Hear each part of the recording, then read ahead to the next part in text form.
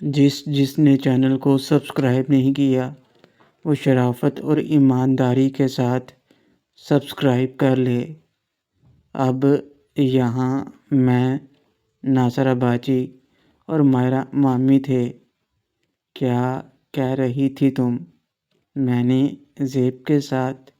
چھی، تم نے ایسا سوچا بھی کیسے؟ اس دن سچ میں میرا پاؤں پھسل گیا تھا، اس لیے چوٹ لگ گئی تھی۔ میں مرنا پسند کروں گی ایسا کچھ کرنے سے پہلے۔ ایک تو تم دونوں کی اتنی مدد کی، اوپر سے تم نے ایسا سوچ لیا میرے بارے میں۔ اب تو میں بات بھی نہیں کروں گی تم سے۔ مائرہ مامی نے جھوٹا غصہ دکھاتے ہوئے کہا۔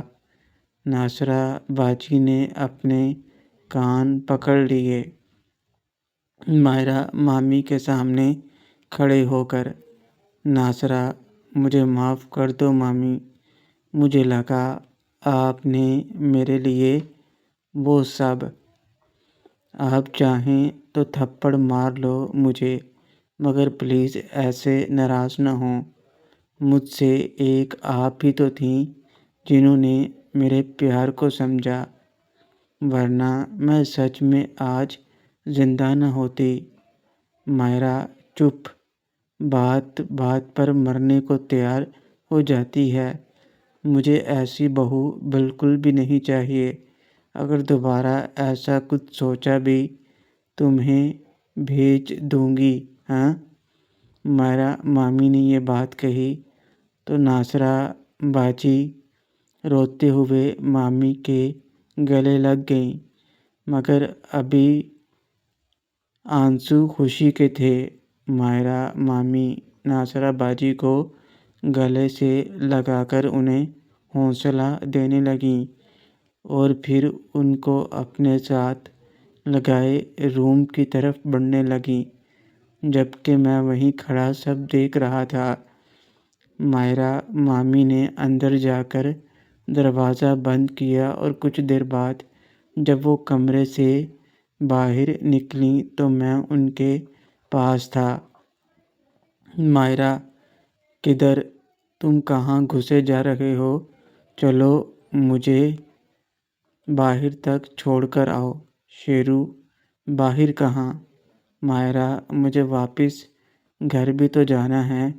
شہزاد کو باجی کے پاس چھوڑ کر آئی ہوں، اسے اس کی ماں نہ ملی تو سوئے گا نہیں۔ ویسے بھی یہاں رہ کر مجھے تم دونوں کی آوازیں نہیں سننی۔ مامی نے شرارت سے ہنستے ہوئے کہا تو میں شرما گیا۔ مائرہ، اوئے ہوئے، بڑی شرم آ رہی ہے۔ مبارک ہو، ایک اور بیوی مل گئی تمہیں اب، اور اپنی اس پہلی بیوی کو مت بھول جانا۔ ملتے ہی، ویسے ابھی تو شروعات ہے، لگتا ہے بیویوں کی لائن لمبی ہونے والی ہے۔ شیرو، آپ تو ہمیشہ ہی سب سے پہلے رہو گی، مگر آپ نے یہ اچھا نہیں کیا میرے ساتھ۔ کم از کم مجھے بتا تو دیتی۔ مائرہ، مجھے ٹانگ کھینچنے میں جو مزہ آ رہا تھا، پھر وہ کیسے ملتا مجھے؟ شیرو، تو آپ جان بوجھ کر مزے لے رہی تھیں۔ ابھی بتاتا ہوں۔ میں نے مائرہ مامی کو ساتھ لگائے ہوئے دیوار سے لگا دیا اور ان سے باتیں کرنے لگا۔ مائرہ مامی ہنستی ہوئیں خاموش ہو گئی اور ہلنے لگیں۔ وہ مجھ سے چھڑوانے کی کوشش کر رہی تھیں، مگر میں انہیں موقع نہیں دے رہا تھا، تو وہ بولی، مائرہ چھوڑو، کیا کر رہے ہو؟ ناصرہ اندر ہے، کہیں اس نے سن لیا تو؟ شیرو، تو کیا؟ انہیں بھی تو بتانا پڑے گا نا کہ ان سے پہلے بھی میری ایک بیوی ہے۔ مائرہ، مذاق مت کرو، یہ سب اسے پتہ نہیں چلنا چاہیے۔ جب ضروری ہوگا تب میں اسے خود بتا دوں گی۔ وہ تم سے سچا پیار کرتی ہے، ایسے میں اسے کچھ بھی بتاؤں گی تو اسے تکلیف ہوگی۔ آج اس کی شادی کی رات ہے۔ ہر لڑکی کے کچھ ارمان ہوتے ہیں۔ آج اسے جو چاہیے وہ دو، باقی جو بھی اسے بتانا ہوگا وہ دھیرے دھیرے بتا دینا، مگر ابھی نہیں۔ اور ایک بات جو میں تم سے کہنا چاہتی ہوں، ویسے تو تم اب میرے بھی استاد ہو، کیونکہ تم بہت ساری لڑکیوں اور عورتوں سے مل چکے ہو۔ مائرہ مامی نے یہ بات مسکراتے ہوئے کہی۔ میں نے کہا، لیکن استاد تو میری آپ ہی ہیں۔ وہ بولی، ہاں یہ بات تو ہے۔ اچھا ایک بات بتاؤ، کیا تم نے ہمارے باغ میں وہ آم دیکھے ہیں جسے انور لٹھور کہتے ہیں؟ میں نے کچھ سوچتے ہوئے کہا، ہاں دیکھا ہے۔ لیکن آپ اس کے بارے میں کیوں پوچھ رہی ہیں؟ وہ بولی، اچھا یہ بتاؤ، اس آم کو کیسے کھایا جاتا ہے؟ میں نے کہا، کاٹ کر۔ وہ بولی، نہیں، اس کے علاوہ بتاؤ کیسے کھایا جاتا ہے۔ میں کچھ سوچنے لگا، پھر میں نے انہیں بتایا کہ اس آم کو پہلے دبا دبا کر نرم کیا جاتا ہے اور بعد میں سے اس کے اندر سے رس کو چوسا جاتا ہے۔ تو وہ مسکرا کر بولی، میں جانتی ہوں تمہیں سب کچھ پتہ ہے، لیکن آج تم نے ناصرہ کو انور لٹھور آم ہی سمجھنا ہے۔ میں نے کہا، میں آپ کی بات سمجھا نہیں۔ تو انہوں نے اپنا ہاتھ نیچے کیا اور مجھے پکڑ لیا اور میری آنکھوں میں شرارت بھری نظروں سے دیکھتے ہوئے بولیں، کیا اب بھی تمہیں سمجھ نہیں آیا؟ تو اب میں ان کی بات سمجھ چکا تھا کہ مجھے کیا کرنا ہے۔ وہ بولی، میں جانتی ہوں تمہیں کیا پسند ہے، لیکن ابھی تم سے یہی کہوں گی کہ ابھی ناصرہ کو اس طریقے سے مت منانا۔ میں نے کہا، آپ نے مجھے پاگل سمجھ رکھا ہے۔ وہ بولی، اگر تم ناصرہ سے کہو گے تو وہ تیار بھی ہو جائے گی، لیکن میں ابھی تمہیں منع کروں گی۔ میں جانتی ہوں تم سے اتنا پیار کرتی ہے کہ تمہارے کہنے سے وہ مان جائے گی۔ میں نے مائرہ مامی کو ساتھ لگا لیا تو وہ بولی، اب جاؤ، میرے ساتھ پیار پھر کبھی کر لینا شہزاد کے پاپا۔ مائرہ مامی نے جس طرح شہزاد کے پاپا کہا، میں نے ان کو اپنے ساتھ لگا لیا اور پھر میں انہیں باہر تک چھوڑنے آیا، جہاں زیب گاڑی میں ان کا انتظار کر رہا تھا۔ مائرہ، اب تم جاؤ، زیب مجھے گھر چھوڑ دے گا، صبح میں پھر سے آ جاؤں گی، فکر مت کرنا اور ناصرہ کا دھیان رکھنا۔ میں نے زیب سے ہاتھ ملا کر ایک بار پھر سے شکریہ کہا اور واپس فلیٹ پر آ گیا، دروازہ بند کر کے۔ جب میں ناصرہ باجی کے بیڈ روم کی طرف بڑھا تو دروازہ کھولتے ہی ایک بھینی بھینی خوشبو میرے نتنوں میں چلنے لگی۔ پھولوں سے سجے بیڈ پر دلہن بن کر بیٹھی ناصرہ باجی گھونگھٹ اوڑھے، گھٹنے اونچے کیے، پاؤں بیڈ پر ٹکائے گھٹنوں پر ہاتھ رکھے تھیں۔ مہندی والے ہاتھوں کلائیوں میں چوڑی سے سجے نظر آ رہے تھے، باقی سب حصہ پوری طرح سے ڈھکا ہوا تھا۔ یہ دیکھ کر میری دھڑکن تیز ہو گئی۔ میں دھیرے دھیرے ان کی طرف خاموشی سے بڑھا۔ میرے پاؤں کی آواز کے ساتھ مجھے اپنی سانسوں کی آواز بھی سنائی دے رہی تھی۔ آج ناصرہ باجی کے سامنے بھائی کی حیثیت سے نہیں بلکہ شوہر کی حیثیت سے تھا۔ وہ بہن جسے ہمیشہ بڑی باجی کے روپ میں نے دیکھا سمجھتا تھا اور عزت کی، آج وہ میری بیوی بن چکی تھیں۔ تھوڑی گھبراہٹ مجھے محسوس ہو رہی تھی۔ دھڑکتے دل کے ساتھ میں باجی کے پاس جا کر جب بیڈ پر بیٹھا تو ناصرہ باجی نے پاؤں تھوڑے سے کھینچے اور اکٹھی ہو گئیں۔ گھبراہٹ تو ان کو بھی ہو رہی تھی۔ شاید ہم دونوں کچھ پل خاموش بیٹھے رہے۔ بات کیسے شروع کروں اور کیا کہوں یہ سمجھ نہیں آ رہا تھا۔ آج جیسے لفظوں کا چناؤ کرنا مشکل لگ رہا تھا۔ ہمت کر کے میں نے اس خاموشی کو توڑا۔ شیرو، آپ کچھ بولتی کیوں نہیں؟ باجی، ناصرہ، اب باجی مت کہو، اب میں تمہاری بیوی بن چکی ہوں۔ شیرو، میں وہ عادت ہے نا باجی کہنے کی، کیا کہوں سمجھ نہیں آ رہا۔ آپ خوش تو ہیں نا؟ ناصرہ، خوش؟ میں کیا کہوں، مجھے کچھ سمجھ نہیں آ رہا۔ سمجھ لو کہ مجھے زندگی مل گئی، تم ملے تو سب کچھ مل گیا۔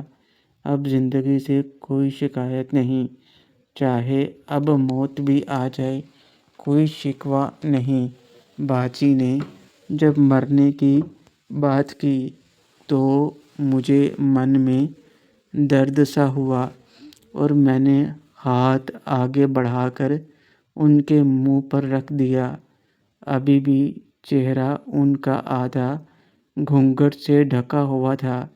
شیرو، خبردار، جو مرنے کی بات کی دوبارہ منہ سے نکالی، میں آپ سے بات بھی نہیں کروں گا۔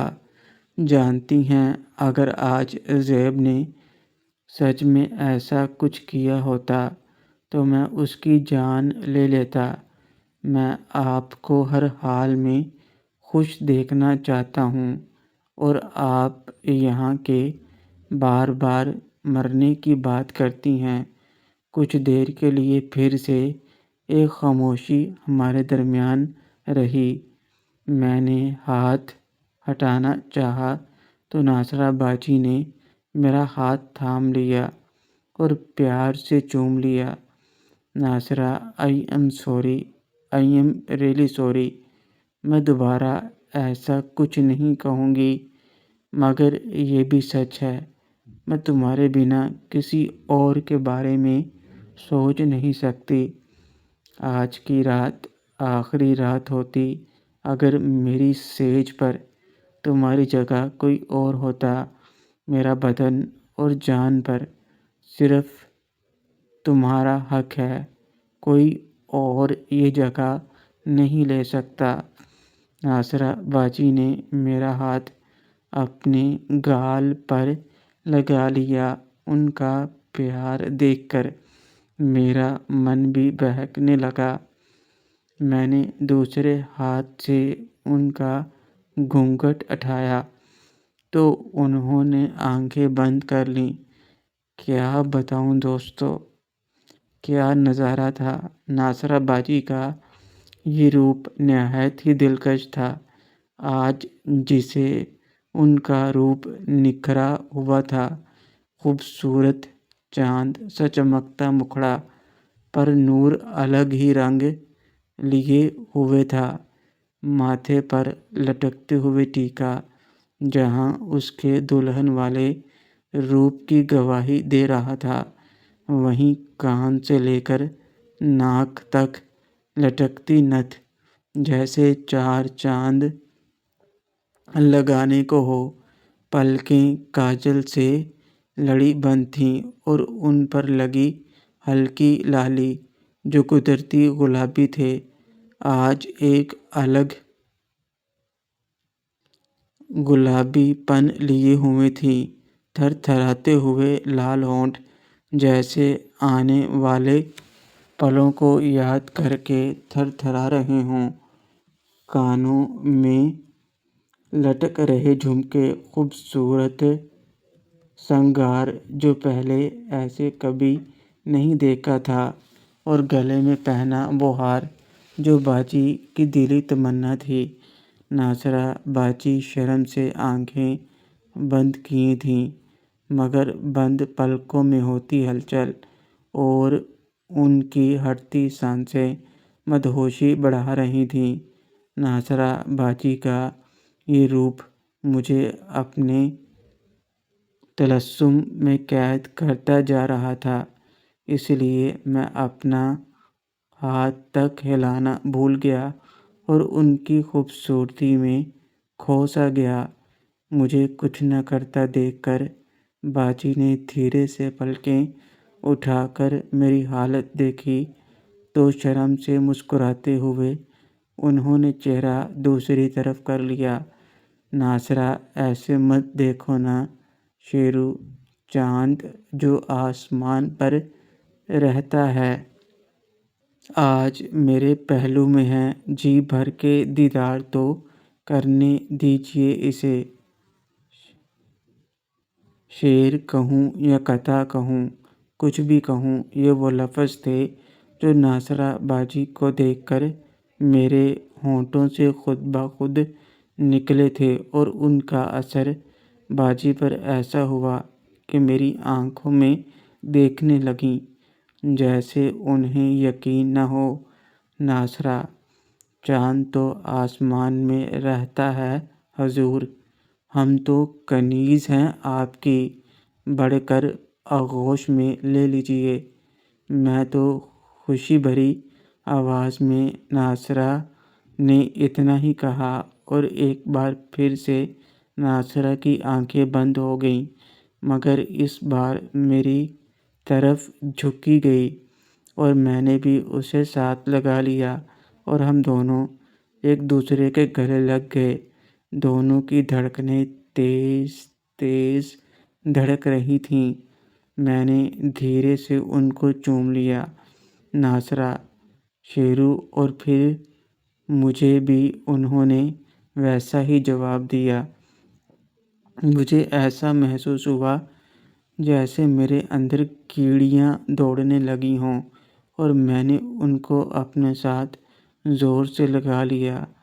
اچانک میرا ہاتھ ان کی نتھلی سے ٹکرا گیا جس سے ان کو تھوڑا درد ہوا اور ان کی آواز سن کر میں پیچھے ہٹا۔ شیرو، سوری باجی۔ ناصرہ، اب اور ایک بار باجی کہا تو میں بات نہیں کروں گی۔ باجی نے ناراضگی دکھاتے ہوئے منہ بنایا تو میں نے اپنے کان پکڑ لیے۔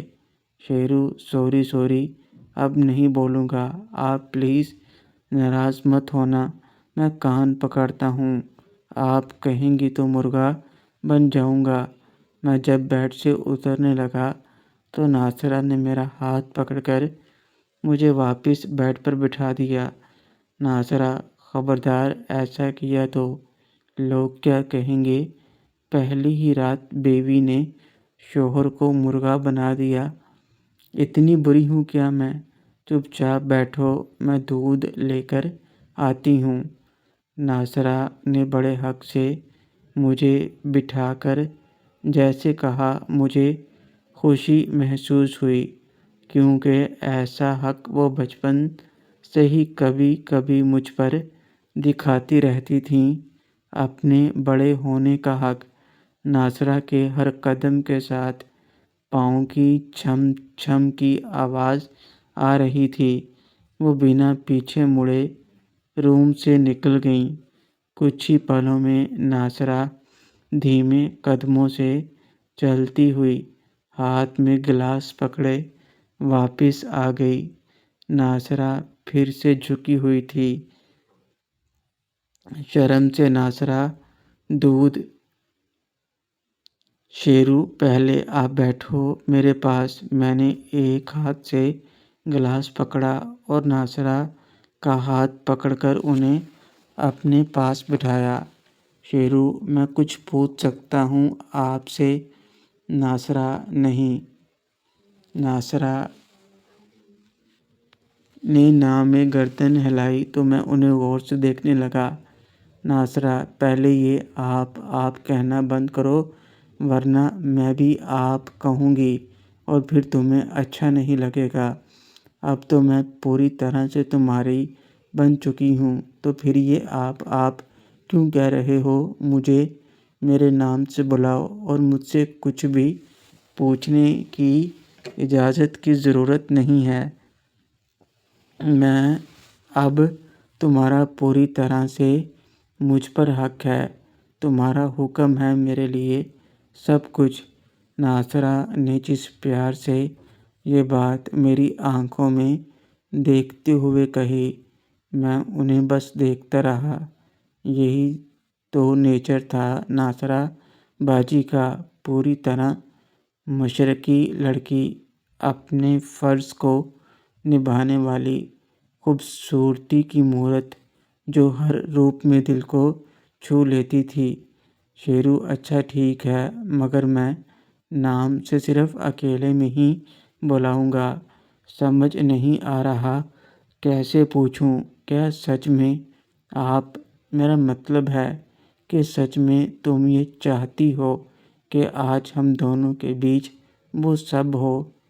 ناصرہ سے آج کی رات کے بارے میں بات کرنے کی ہمت نہیں ہو پا رہی تھی۔